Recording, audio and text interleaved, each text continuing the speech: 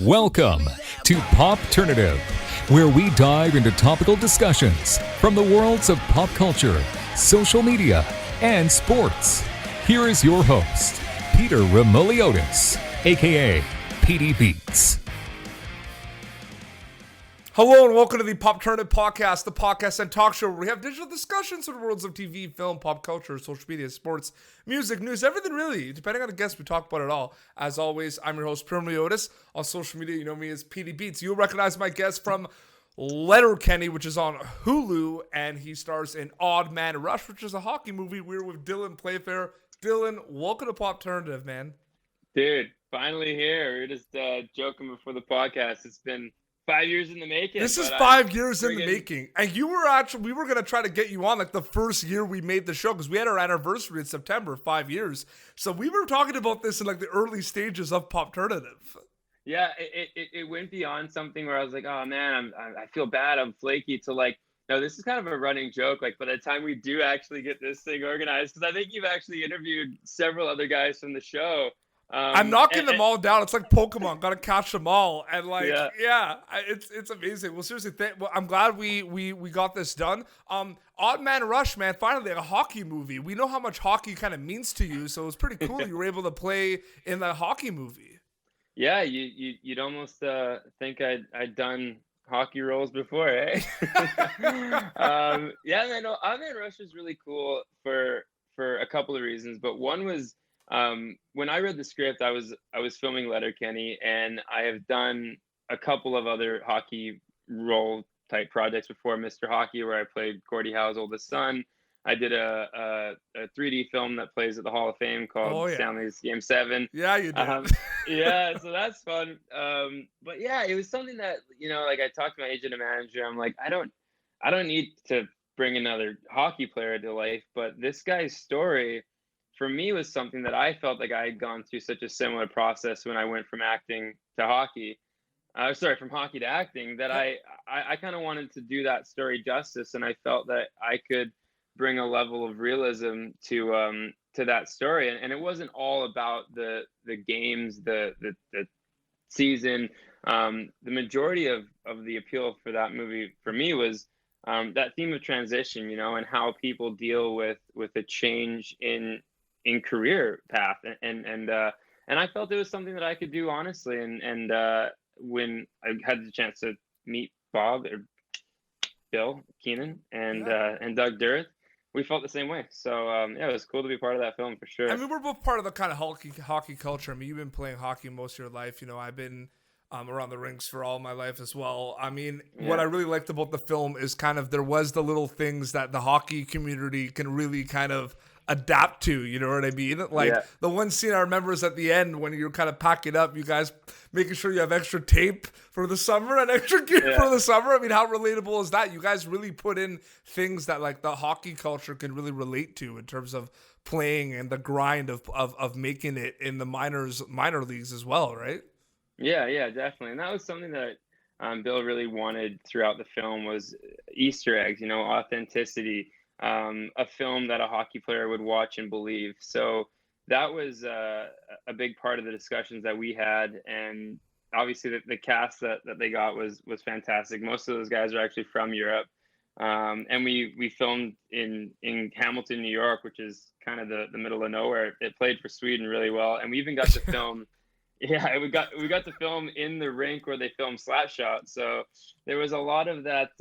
That's cool. I did not know that. That's really cool. Yeah, man. And a lot of that stuff was credit to Bill Keenan, because he is such a diehard fan of the game, and the legends surrounding the game, and having the Baldwins produce it, being obviously, Howard was a big part of the success of the Pittsburgh Penguins, and just being around those two worlds as they converged to make a film was such a treat. And then my dad got to come out and do a cameo as well. He played a referee, and that was it's just a delightful experience, Absolutely. That's a nice jersey in the background there. Shout out, dude. Shout out. You know what? I remember talking to Andrew Herr about this. I think a couple of months before you guys signed the Hulu deal. Well, no, you signed the Hulu deal a couple of months before it aired on Hulu. And I had no doubt in my mind. I'm like, this is going to be eaten up in the States. This is going to become huge, and it did. I mean, we all know how amazing Canada, how much Canada loves Letterkenny, but look at what you guys done in the States, man. It's insane, dude. Congratulations on that. Man, I appreciate that a lot. First and foremost, thank Edward you. Norton just tweeted about it. Did you see that? Dude, I know, man. It's crazy. I think that, honestly, that whole series is made for Jared's sense of humor and for the sense of humor that lives on that set, which really did sort of grow. Obviously it's from Listable with the Listy Problems Twitter account, which is the original seed of Letterkenny. Yep. But then, Jared, myself, Nate Dales, Andrew Herr, Tyler Johnson, even, who's the head skid, the Ginger, Jamie. You just named like everyone. Now you're on that list of people that have been on the show, man. They've all been on the show before. I know, man. I'm telling you. And it's funny that I'll ask you, like, hey, is this a good show to be on? I'm like, yeah, dude. Yeah, he sounds like a great guy. Like, I haven't been on yet because our schedules haven't worked out, but get on for sure. Support the man. But yeah, we all played on the same beer league team, so that sense of humor was alive and well long before the show became a thing. And credit to Jared and Jacob on the ability to thread that. I think everyone's got a group of friends you just laugh with. Oh, absolutely. But the ability to take that secret ingredient and build a show around it is hard to do. But man, oh man, they really did it. And I think that sense of like, oh, I personally feel connected to this humor is something that a lot of people around the world, sorry guys, seem to identify with. And I think that's something that people can feel it and they can see it right away if it's authentic. And if you can identify with something authentic and having that many different tribes in the show, I think there's something there for everyone. And obviously the success in the US is a testament to that part of it. I mean, that stigma about Canadian shows is thrown out the window. I mean, the Emmys and Schitt's Creek yesterday is a testament to that. You know what I mean? Yeah. Like, you guys are part of kind of this crop of amazing shows like Schitt's Creek, Letterkenny, Working Moms, Kim's Convenience, that are Canadian shows that, because of all these distribution deals, are doing amazing worldwide. So it's awesome to see. Yeah, man, it's something that I'm personally really, really proud of. I know Jared's very vocal about keeping it Canadian. He does his damn best to make sure that creative, unit is Canadian. And you see it. I mean, Russell Peters is Canadian. Jim Carrey's Canadian. Lorne Michaels is Canadian. A lot of really great comedy is exported out of Canada. And I think too often Canadians have this sense of, we have to play safe. We have to make sure that it's sort of digestible by everyone. But when you look at the actual track record of what our country's put out, it's amazing. It's sort of, it's amazing. And it bears something different. A lot of the risk takers are the ones who do. I mean, Drake, like, dude, if you look at Canada, like, we're half the size of California. But look at, I just want to say, the career of Dylan Playfair, like, you have really done well for yourself, man. No, all seriousness for a second, though. Like, like starting out, you like Stanley's Game 7 of the Hockey Hall of Fame, and then doing some assembly required on YTV. But you've done really well for yourself, man, and like got like some gig, like a gig in the Descendants on Disney Channel. Like, you've done, like, good for you, man. It's awesome to see your kind of journey. It's really cool to see. Thanks, man. I really appreciate that. So much of it stems from that hockey background, and that's really why I kind of wrote back that hockey element into all of these interviews or whatever it may be, because that really was such an integral part of my career, was learning how to work hard when no one was watching, and to pursue a career that has no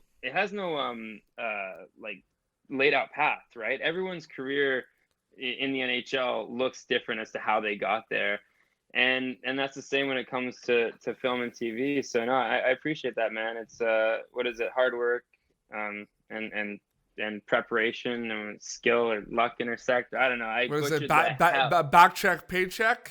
Yeah, forecheck, back check, paycheck, something like that. Well, we've interviewed a lot of hockey players on the show, and like they all watch Letterkenny. Like, it's a very like rare amount that won't know about it. Like, it's a show that a lot of people. And I just want to say, we talk about like the Shoresy stuff, and I've interviewed like Camille Cowell, who plays Bonnie McMurray, and I asked her, I'm like, do they laugh the most it takes at the Shoresy stuff when Jared does it, because that's just hilarious. But I honestly feel like you guys have one of the funniest guys on the planet on that show, because I also watch a stand-up. Mark Forward is like one of the like, I don't think people realize how funny Mark Forward actually is. Dude, I didn't know you could smile so hard that a camera positioned behind your head could pick up you cracking. Because dude, there's an actual scene where he's doing his weasel laugh, dude, and the camera's behind me, and I'm holding it so hard trying not to laugh, and I just can't do it. But I'm literally choking down my laughter. But you can see the side of my cheeks smiling, like. Man, he makes me crack more than anyone. His stand-up is so funny, though. Like, so good. Dude, the Valentine's episode, I shit you not, I had to, like, have a moment with myself. I'm like, this is why they pay you. You can't crack. You have to take these lines and not laugh. It was the most difficult thing as a professional actor I've ever had to do, and I had to learn to be a professional dancer in 2 months. So that's saying a lot to Mark Ford's comedy. I know, it is crazy. You look at Odd Man Rush, I mean, that's kind of in your element, hockey, you know what I mean? Not much research has to be done in that, you know what I mean? That was kind of a big part of your life. But, like, you look at the stuff, like, when you book, like, the Descendants on Disney Channel. I mean, what was that kind of like in terms of preparing for a role like that? Like, have you ever kind of worked on something like that before? Because that was a big deal. Like, that was a big deal, man. Yeah, so Descendants was obviously something that's super different from Letterkenny and any of the other projects that I'd done. But having acted on Some Assembly Required, I kind of had the silly side of the equation down pat. And when I actually, it was funny. I taped the audition in Toronto, getting ready to go to the Canadian Screen Awards. So. We were loose in the room, and my buddy Hersey put me on tape for it, and I'm like, man, let's do this. Like, I got this thing for this Disney audition. Let's just have fun with it. And that was really what I did. I had fun with it. I kind of just threw away the lines and had a good time with the character and really played. And that, I think, is super important when you're doing those sorts of projects, is to play and have fun with it. And then when I got to the point where I flew down to meet the director, I told him point blank, I was really honest with Kenny. I said, hey, man, I'm really confident in playing this character as far as being the funny guy is concerned. Yeah. I've never danced before. Like, I'm not a professional dancer. And he said, I've seen your kids show. I know you can move your body. There's a couple scenes where I'm doing Zumba instructions. So I'm like really in my body with that. And he goes, I know you were a semi-professional hockey player. And if you can get over the fact that you're going to look silly, you're going to be able to pull this off, no problem, because all it is just being in your body and being willing to learn, and you'll have 2 months to learn all the routines. And if you can stick by that athletic regime of staying on top of it, you'll be fine. Yeah. And, I did. It was fantastic. It was so rewarding and so challenging, but just like hockey, you're given this sort of set of plays and these places to be, and you got to play your role in the bigger picture of the musical numbers. Yep. And it worked out. So yeah, it was certainly something that I was challenged by, but I really, really enjoyed it. Well, Dylan, 5 years in the making, we finally got it done, man. Thank you so much for coming on Popternative, man. Dude, my pleasure. Thank you so much. Let's do it again, and let's make the gap less than 5 years. Oh, absolutely. And I talked to Hersey about this too. Like, I got access, like, I work around the rinks and everything. If you guys ever Ottawa, let's get a game going. You know what I mean? Dude, let's make it happen. It's crazy. Yeah. Like, I feel like I just live at the rink. That's like what I do. Like, I was running a beer league. Like, that was like my job. You know what I mean? The Ottawa Senators had a hockey league. So yeah. Dude, that's so cool, man. That's so cool. I love the passion, and I'm genuinely so stoked for your career. I know it's come a long way, and I'm happy for you, and I appreciate you get me on the show, man. Absolutely. So Odd Man Rush, I mean, plug away. Like people definitely need to check it out. I really enjoyed it, man. So like plug away, and then plug where people could follow you on social media as well. Yeah, definitely. So Odd Man Rush is available video on demand in iTunes. I believe Amazon as well. Yep. So, punch in your Google search engine, Odd Man Rush VOD, and you'll be able to get that project. Yep. Instagram is Dylan Playfair 1. Twitter is Dylan Playfair. So to the Dylan Playfair on Instagram out there, I'm coming for you.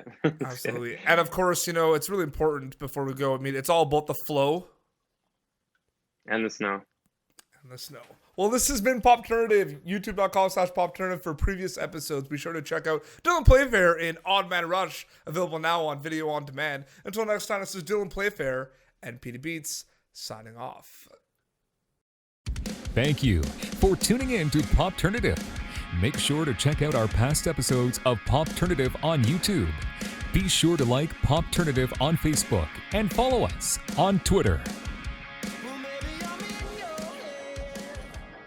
This has been an Autograph Communications production.